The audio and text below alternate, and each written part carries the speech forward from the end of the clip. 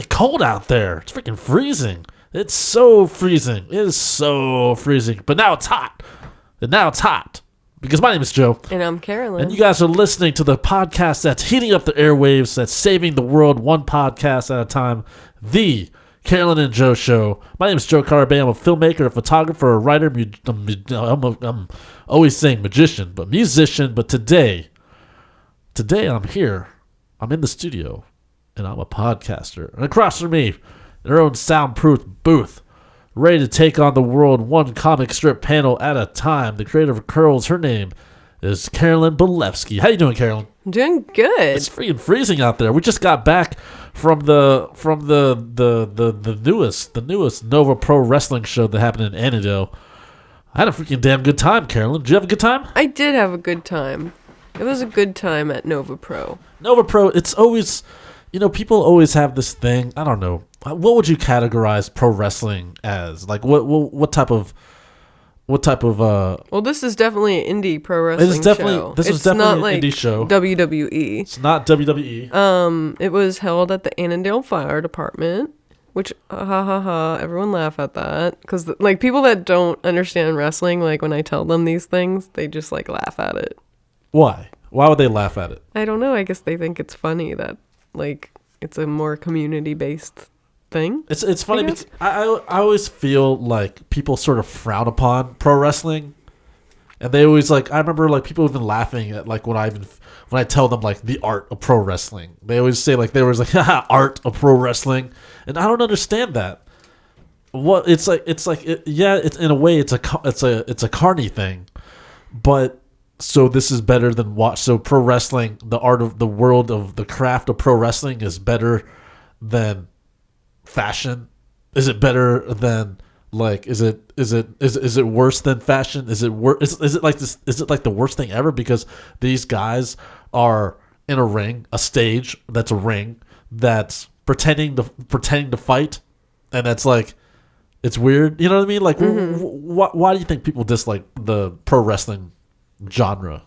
I'm not really sure because I don't connect with the way that they think, but I think what their perspective is that it's silly and it's fun and it's like they already know who's gonna win, maybe they don't know, but they know that it's been planned, it's been staged or something. They always use that as an act, right? They always usually say people, it's fake. Yeah, well, why do you watch that? It's fake. I'd rather watch. People kill themselves. I'd rather watch the gladiators. Whenever I've seen like any depictions of gladiators, they of course make it cool because it's Hollywood in the movies and stuff like that. But then in real life, if you actually saw somebody get killed like that right before your eyes, I don't know if you'd like really enjoy that in this day and age. I mean, I wouldn't. I would not enjoy that at all. I'm gonna take a bite out of our I guess today's sponsor, Hershey's Cookie Layer Crunch Caramel. I'm gonna have the caramel one. Okay, let us know how it is. Thoughts? I've had it before. It's very good. Has a chew and a caramel crunch to it. See, even though it has like the cookie in it, I didn't get like. To me, it's still like a candy bar. I don't really consider it a cookie. So on the subject of pro wrestling, I find that like people think of it almost like as a vaudevillain type act. It's sort of like, I guess it's lowbrow entertainment. Mm-hmm.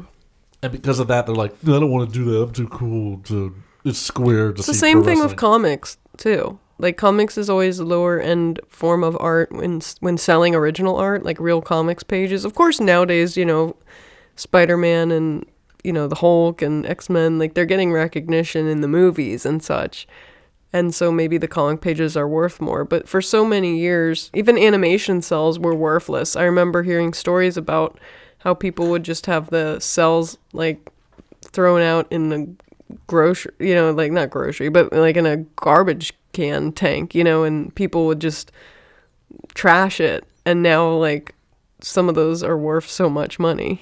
Those old animation cells are going for thousands and thousands of dollars because they don't make animation the way they used to on cells, and so now they're worth even more because they're not digital. But same, like, it's like how art is valued. Even, I don't know, like painting, it's like it's worth more when the artist is dead. Like, that's you know, it makes sense because they can't reproduce any more paintings anymore. But that's how I feel like wrestling is just like the bottom barrel of entertainment.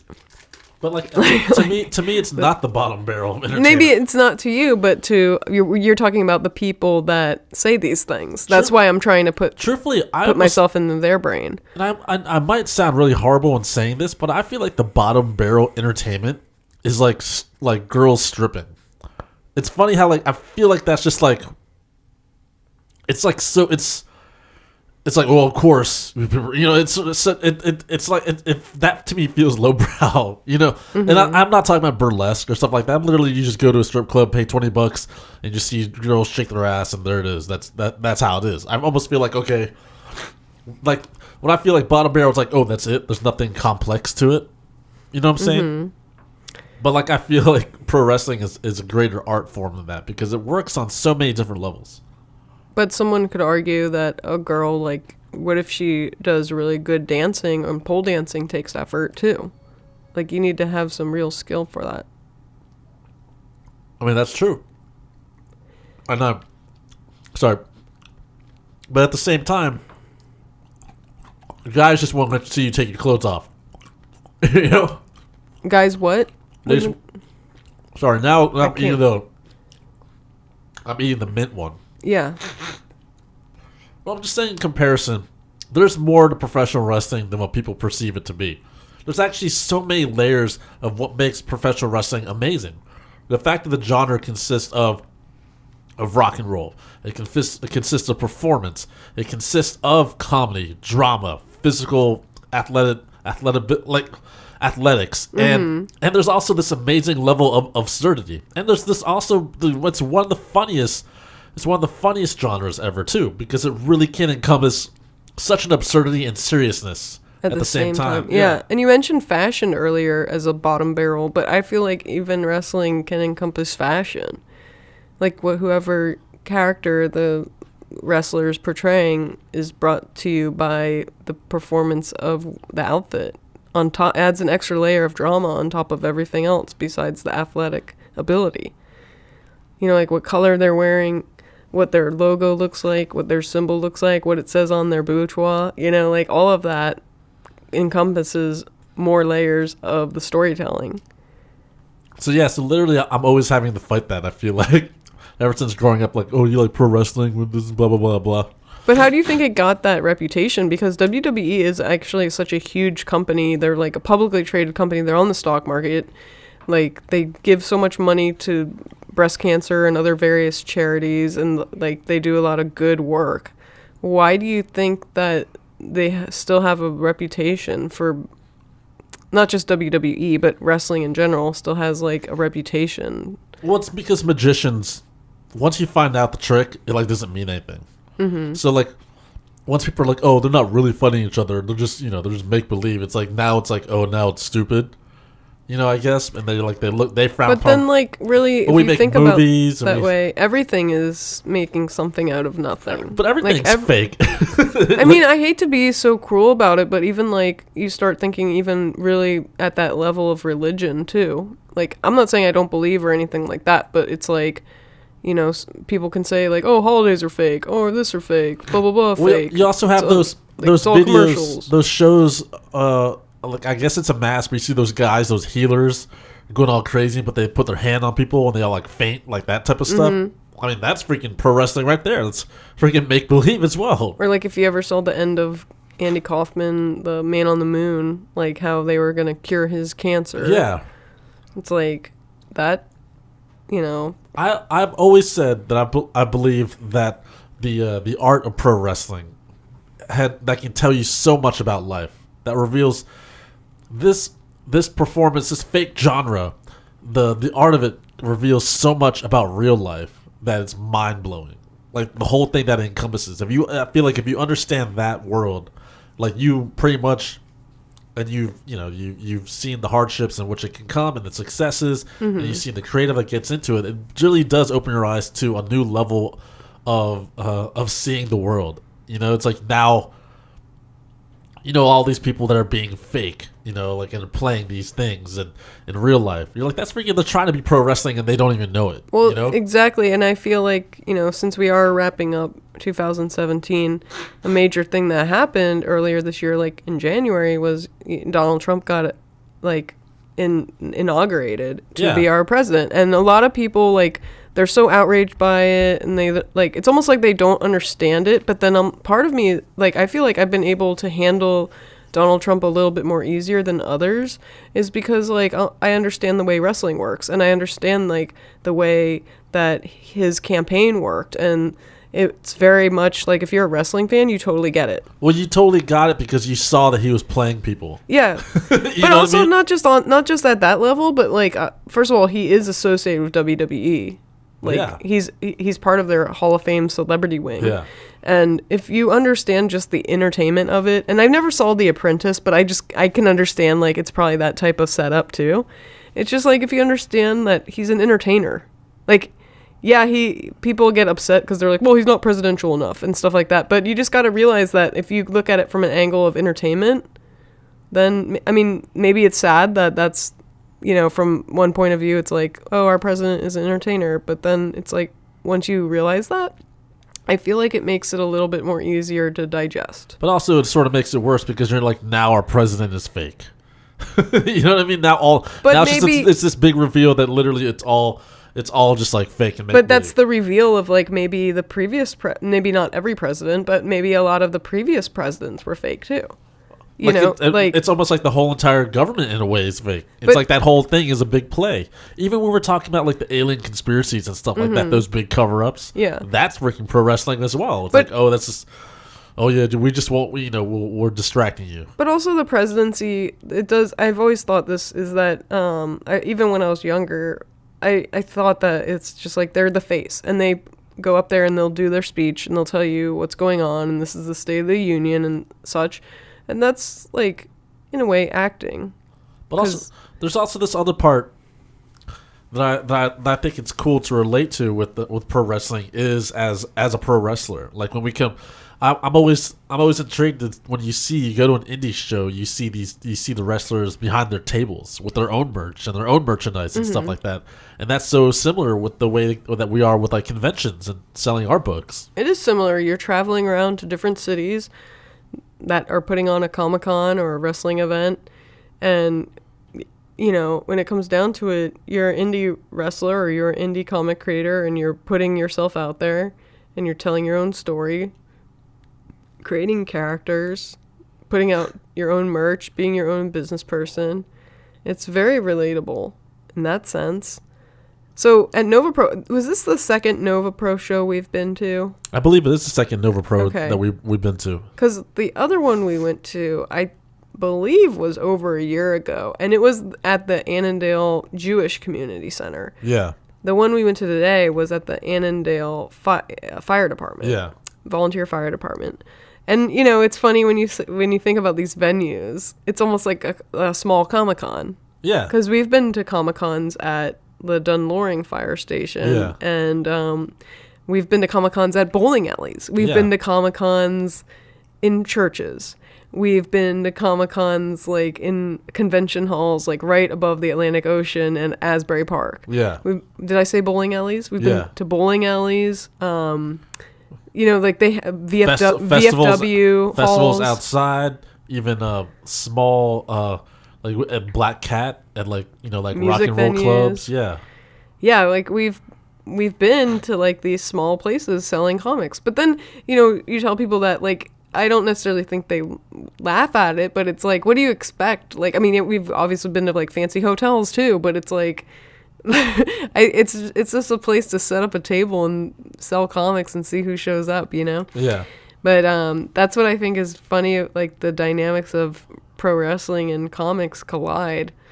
And also I feel like the fans are very similar too, because they have the open mind and the creativity to be accepting of these types of ventures and adventures that we are putting on. And I do think the fans, pro wrestling fans, is a special type of fan. You know what I mean?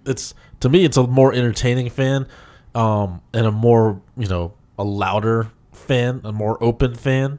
More, it's more than just like a sports fan, because you have to absorb so much. You have to absorb characters. You have to understand the genre, and you have to be in the know of certain things. And it's almost like, I feel like with pro wrestling, the more that you're in the know about stuff, the more that you're like that, the more you get really into it. You know, it's not like other things. Like the more you, I feel like sometimes the more you know the tricks, the more like you understand the tricks and you get into it. Though sometimes people like to get turned away, but I think the more you get into the world of pro wrestling, it's so intriguing, so much more interesting and dynamic of a story. Now, when you were younger, did it ever turn you off, like finding out that it was not as real as you thought it was? Because I can see like maybe a certain age. I don't know what age it would be, but when your brain hasn't fully processed the world yet, and you suddenly find out that wrestling is fake, you might feel like the whole thing's a fraud and take a little break from it. Well, I know, like, when I was growing up, like, I always tried to, I guess I was told that it was fake, like, a long time, like in my early years, but for some reason I just still never stopped watching it. I mean, there's probably like a year or so where I stopped watching for some reason or another, but I feel like, I don't know, people don't, when I'm watching, they're like, don't you know it's fake? And you'd always try to prove, like, no, look, it was real here. It's here. Because there's always little moments where you're like, wait. It makes you think, like, oh, but that punch looked real. Or when they chop, that looks real. You know, how is that real? But then, oh, you know, but then they're just telling, my dad would always just tell me, like, they're just telling stories. You know, he would constantly just say, like, they're just telling stories. Oh, they're making up more stories. And I would just always follow the story that's happening, you know, and I just kept on watching, and I would still have to deal with people like, I don't watch it because it's fake, you know. For me, like, whenever the injuries happen, and there are some times where the injuries are fake, and there are some times where the injuries are straight up real, but whenever those happen, I can never tell the difference. Like, I just have, like, and I kind of get panicky when they happen too, because I'm like, oh my God, like, but then sometimes I think about it and I'm like, well, they were like so quick to react, but then other times it's like a questionable thing of like, is he hurt? Is he not? Wait, what's happening? Because if you think about it, pro wrestling really is just all about injuries. It's all about like, okay, how do we make this look real? How do we make this injury look real? How do we make that punch look, you know what I mean? It's like, how do we do that? It's like you have to know about injuries too, to the point where like sometimes I bet like when you're selling something, like the real injury isn't ever as dynamic as the performed injury, you know? So going into the show tonight, what were you excited about? Was there a certain match you were looking forward to? Because I know you're a big fan of Sanjay Dutt. Well, I know one of the main reasons why, yeah, because, you know, it's no secret, Sanjay and I go back. Yeah. go way back. Way back machine. Yeah, we were enemies at one point. We feuded. Real life heels. We feuded over a belt. We grew up together doing that. But I know one of the main reasons that you drew, you know, that you wanted to go to this show was because you're a big fan of Jimmy Jacobs. Yes. And I think that's awesome to do that. But what exactly, if people don't know who Jimmy Jacobs is? Yeah, well, he is the zombie princess. I don't really know every little detail about him, but I know he's from Michigan. Hey, Carlos. I know that I first was introduced to him, I guess, through ROH, which is Ring of Honor Wrestling, another indie federation. And I've seen him a few times in Baltimore when ROH was doing those Baltimore shows.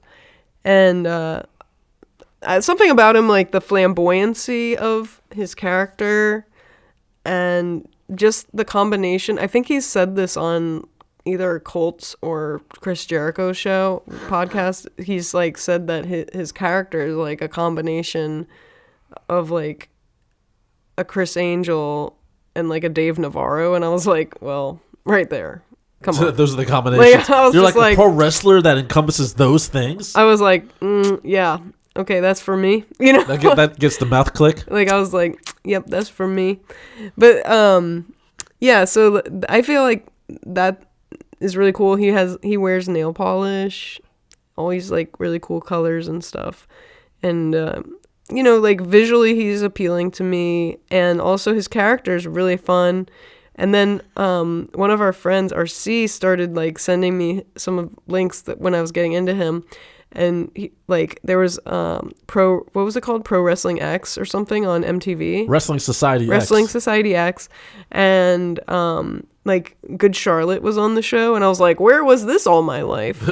Everything like, that you liked in one show. I was just like, whoa, this is cool. And because Good Charlotte commentated, and also they performed, and then they performed like in between like wrestling matches. And he was with Tyler Black, and then they had a guitar and stuff. Oh yeah. And I was like, yo, where has this been all my life? Where was I at this time? I don't know exactly where I was. Probably like doing college stuff or something. But it was cool to like go back in time and see it on YouTube. But I just got into like, watching Jimmy Jacobs, and I need somebody to cheer for. Like especially going to an indie show, I might not know the characters as well as I do for WWE because it's on TV all the time. Whereas like an indie show, first of all, doesn't really come to your town that often. And sometimes the accessibility to the taped TV stuff for indie shows is hard to get. And also, I'm not one of those people that's like always on the internet in terms of like watching every single wrestling match ever on YouTube, you know? Like I'm just not like cruising around on there that often in that sense. So like I'm not as caught up in indie world of wrestling as other people are, but I still need somebody to cheer for. And it just seemed like very obvious that Jimmy Jacobs was my guy. Like that's the other cool thing about wrestling is that like there's a character for everybody. You just got to find who you want to cheer for. And it just like to me it like it like the whole zombie princess thing like encompasses I guess something that was appealing to me. And then like when Jimmy Jacobs, fast forward, you know, Jimmy Jacobs actually ended up working for WWE, but not as a wrestler. He started writing in the WWE creative team. And so then that was kind of like a bittersweet thing because on one hand I was like, that's a really cool opportunity for him. And also like, I guess from like a more caring perspective, it's like, okay, cool. Like he doesn't have to hurt his body as much and put his body through as much pain because it is like tough to be a wrestler. Yeah. And so like, I guess from like a more loving perspective, I was like, oh, you know, like this now is he's good. Gonna be okay. Like, yeah, I'm like, cool. He can like save his money and like, hopefully like, everything will be fine, you know, like, but now I guess like long story short, more recent news, he was future endeavored by WWE because he was unprofessional because he took some photos with a competing wrestling promotion. With the Bullet Club. And I guess Vince or whoever behind the scenes didn't like that. And, like, part of me thinks that that's kind of bullshitty, too. Like, I get it. Like, you don't want to put out your competition in terms of, like, putting them over. But then also, like, feel like Jimmy Jacobs, like, it wasn't like he was tweeting or Instagramming from, like, WWE account or something. You know, like, it was, like, his own personal account. And also, I guess he has, like, a lot of followers, but it's not, like, a lot that it's gonna, like, hurt WWE. Because he's not, like, a brand name. No, you know, it takes like a special person to even know who Jimmy Jacobs is, you know, and I'm not trying to dismiss that. You're a like, special person. No, I mean, like it does. Like not everybody knows who he is. Like only the inside cool people do, you know. But it's like I don't know. I think it's kind of bullshitty. But I do remember Jimmy Jacobs saying this quote. I think it might have been on Colts. I can't remember. Maybe another podcast. And this is before he got fired from WWE, but. He said something to the extent of, like, the thing that will get you hired is the thing that will get you fired. And that always stuck with me because I've been let go a few times. And, like, honestly, I really can't... Well, I guess one was because of economy in, like, 2008, 2009. But, like, the other time, I couldn't tell you what I did that was wrong at all. Like, I was, like, a model employee, in my opinion. And, like... never spent any time on social media for that whole year, you know, and, you know, or never bullshitted. I was always working, like, straight up working many hours a day, too, like, beyond the time limit that I should have. And, like, I don't know, I guess what I'm getting at is that, like, he was hired because of friendship, and he even did the Festival of Friendship with Chris Jericho. So you're hired because of friendship, but then he's also fired because of friendship. Yeah. That's how I view it. And But then fast forward, now he's a pro wrestler. He's always been a pro wrestler. When we saw him in Ring of Honor before then, yes, when he was part of Scum and all that with the Steve Corino, but then now that he's got released from WWE, now he's doing the indies again, because that's, in a way, he's also been wanting to get back to performing. He missed performing for those 2 years or so. And whoever thought we would ever have this opportunity to see him, but he ends up being part of the new Nova Pro show that's coming. And that was, that was the main draw for me coming. Yeah, that was the main draw for Carolyn going. Because, also, honestly, I wouldn't say that I wouldn't want to go, but, at this point... But you need a main draw, because I definitely have missed a few Nova Pro shows. Not because, I didn't want to go, but, life gets busy and, it's not as urgent for me to, see certain people that I don't know as well. Now, it's hilarious because during this show...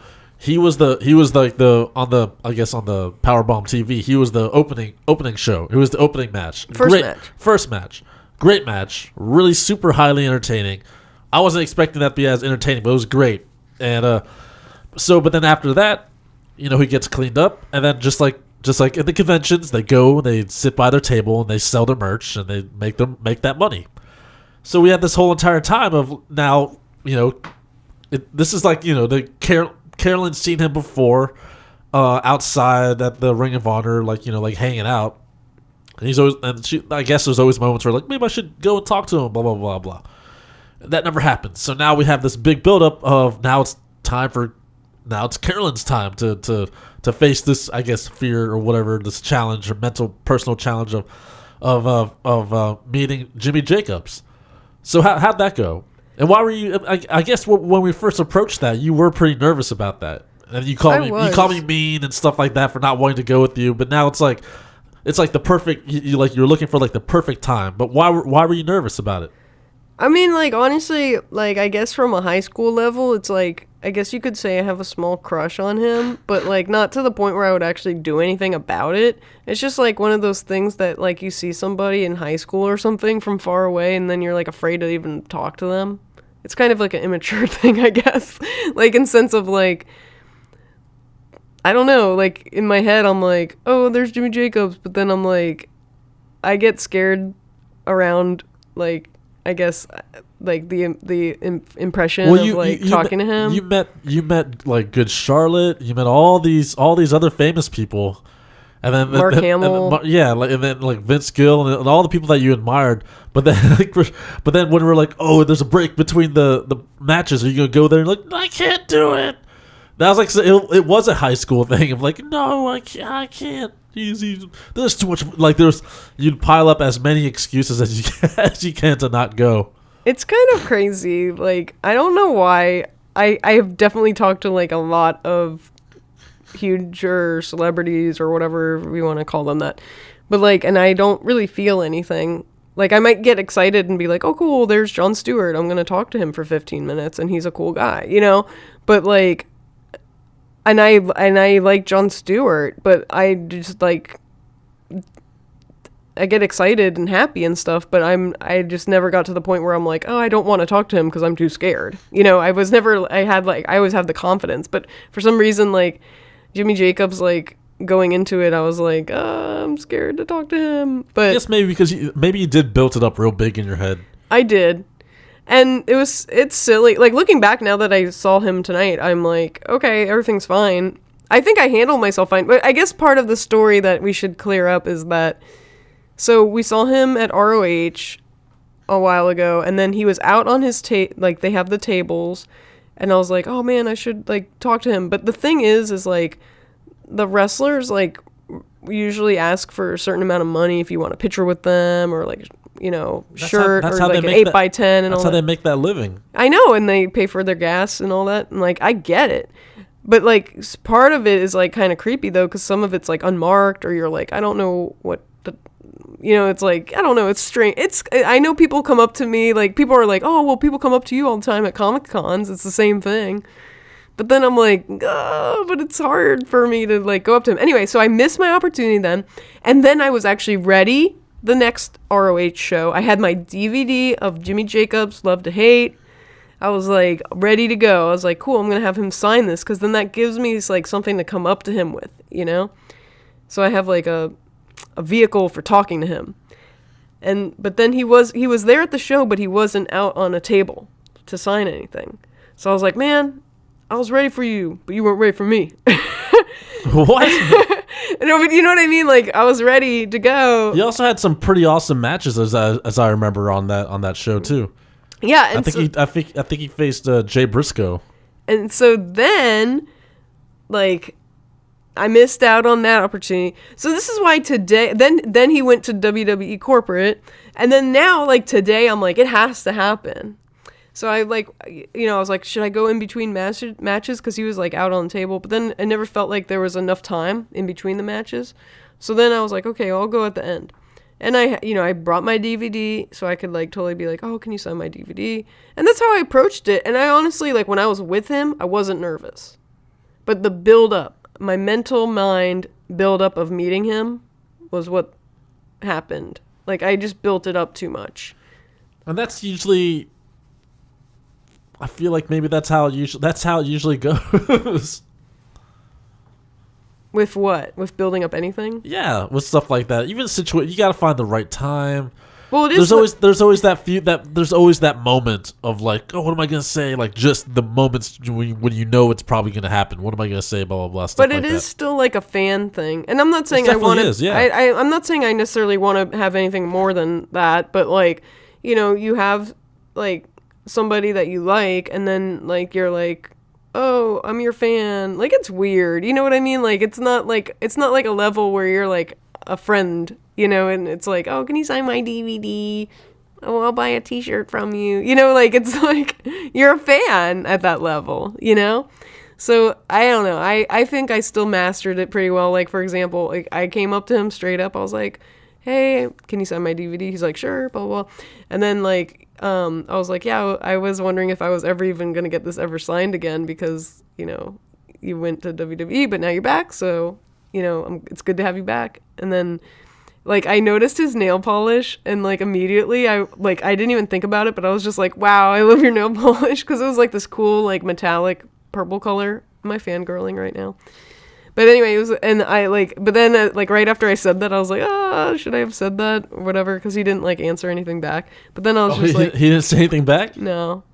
And then, like, what, I don't know, should he have? I think he was looking at the DVD, though. It seemed like he was looking at it pretty intensely. Yeah, I think maybe he hadn't seen it in a while or something. Probably not, because he was looking at it. He's like, oh, I look so young there. Like, it's a totally, like, he was I felt like he was reminiscing, which means you're probably the only one that brought in the DVD.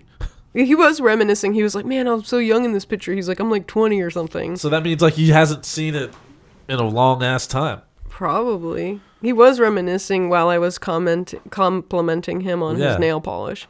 And his nail polish color was pretty rad. So, I don't know. I was excited about that. I guess we had a good inner action. And then I got a t-shirt. And then I got a picture with him. So that was good. And he was like, make sure the picture's good. And that's a good thing. That's a good thing. The picture is good.